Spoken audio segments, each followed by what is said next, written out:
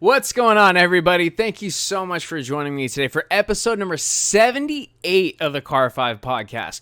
You guys know me, I'm your host, Joshua. For today's episode, we're going to be talking about a brand new Ford GT that Ford is specifically making for a select few amount of customers. So as usual, everyone, let's go ahead and just dive right into things.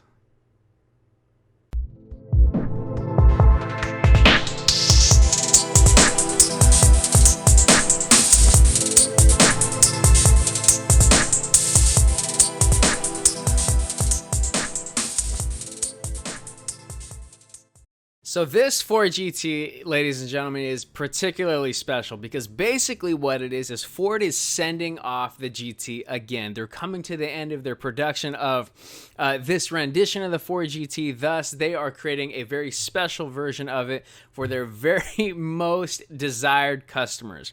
Now, it's not going to be cheap and it's not going to be easy to come by, but it's rather insane. Basically what it is, it's from everything that we've learned and seen, it's potentially one of the greatest track weapons of all time, and it was developed with Ford's racing development partner, Multimatic, and they created the Ford GT MKII or Mark II. I'm not really sure which one it is, but let's go ahead and look at the details specifically. Basically, if you take a normal Ford GT, which is weird to even say, and you add a ton of exterior mods for aerodynamics and modifications, you're going to get what is extreme downforce and extreme aerodynamics for the best use on the track. Now, what are those modifications specifically? Well, let's go ahead and look at our list, as we literally have a list. You're going to have a similar fascia as the normal Ford GT, but this one generates a bit more downforce. You're going to have newer dive planes. You're going to have a much larger front splitter. You're going to have a much larger rear diffuser. You're going to have louvered fenders. You're going to have an absolutely massive rear wing, which is one of the highlights on this car. And you're going to have a larger roof scoop. All of these things made specifically so whatever Ford GT customer is lucky enough to get one of these can make the fastest of track times they can do. And me personally, I want to see, unless it's out there and I missed it already, if I did miss it, comment below or shoot me an email, let me know what it was. But I would love to see this thing go by the Nürburgring and see what time it actually posted. In regards to power and weight of this car, the engine has been tuned an additional 53 horsepower more, concluding to 700 horsepower this Ford GT is going to have. Additionally, it is also 200 pounds lighter. So all in all, you have a car that, and it is lower as well. I'm not sure if I forgot to mention that. So it's a bit lower. It's got more power. It's lighter. You have a ton of exterior modifications for overall aerodynamics and downforce. What does it take to get this car? If you're like me and the Ford GT is one of your favorite cars of all time, and I would love to own one day, what do I have to do to get one? Well, first of all, you have to be a huge Ford customer. Second of all, you have to be one of the lucky ones chosen because only 45 of these Ford GTs are going to be produced. Last thing, you have to be able to afford it because it's $1.2 million. Now, what I would like to imagine is that if you have a Ford GT anyway and you are of interest in this car, I would think it's safe to assume you can't afford it.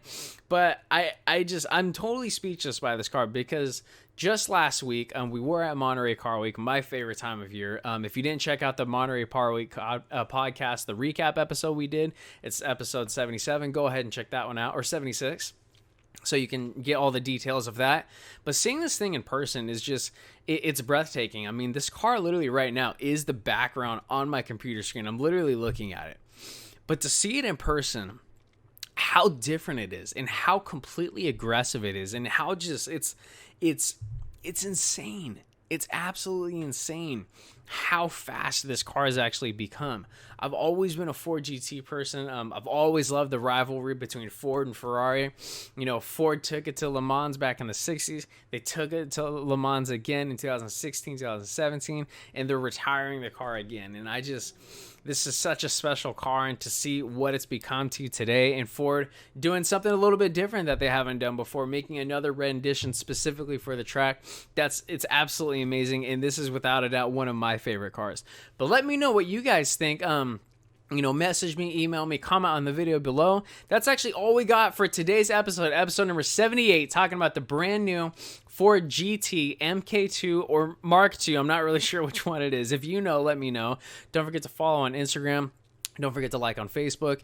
If you guys ever need anything from me, don't hesitate to shoot me an email, info@car5podcast.com. If you're checking out the podcast for the first time, feel free to head over to the YouTube as well if you're not watching it here already. Browse around. If you see what you like, hit that subscribe button. If you don't mind, leave a like in this video as well.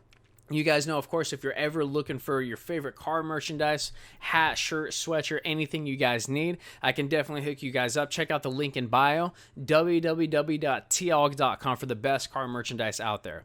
Now, don't forget to tune into the next episode number 79.